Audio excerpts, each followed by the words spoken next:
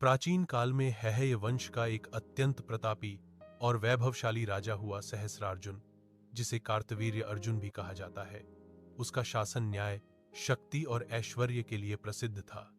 कहा जाता है कि उसने तपस्या द्वारा भगवान दत्तात्रेय को प्रसन्न किया और उनसे दिव्य वरदान प्राप्त किए। सहस्रार्जुन ने वर्षों तक कठोर तप किया। उसकी भक्ति और तप से प्रसन्न होकर भगवान दत्तात्रेय ने उसे अनेक वरदान दिए। 1000 भुजाएं, अपार बल और पराक्रम, अजयता, दीर्घायु। इन वरदानों के बल पर सहस्रार्जुन ने पृथ्वी के अनेक राजाओं को परास्त किया और एक विशाल साम्राज्य की स्थापना की। उसकी राजधानी महिष्मती नगरी वैभव और ऐश्वर्य का केंद्र बन गई। अहंकार का उदय, अपार शक्ति और वैभव ने धीरे धीरे सहस्रार्जुन के मन में अहंकार भर दिया। वह स्वयं को अजेय मानने लगा और धर्म की मर्यादा भूल बैठा। शक्ति के मद में वह कभी कभी ऋषि, मुनियों और साधुओं का भी अपमान करने लगा, जो कि राजा के लिए अत्यंत अनुचित था।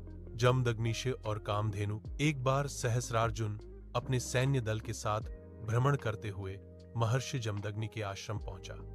ऋषि की पत्नी रेणुका के पास दिव्य गौ कामधेनु थी, जिसके कारण आश्रम में अतिथियों का उत्तम सत्कार हुआ। कामधेनु की अलौकिक शक्ति देखकर सहस्रार्जुन का मन लोभ से भर गया। उसने जमदग्नि से कामधेनु को देने का आग्रह किया, पर ऋषि ने विनम्रतापूर्वक मना कर दिया। तब सहस्रार्जुन ने बलपूर्वक कामधेनु को ले जाने का प्रयास किया और इस संघर्ष में जमदग्नि का वध हो गया। परशुराम का प्रतिशोध। महर्षि जमदग्नि के पुत्र भगवान परशुराम इस अन्याय से अत्यंत क्रोधित हुए। वे धर्म और मर्यादा के रक्षक थे। पिता की हत्या और अधर्म से व्यथित होकर उन्होंने प्रतिज्ञा ली कि वे पृथ्वी से अहंकारी और अत्याचारी क्षत्रियों का नाश करेंगे।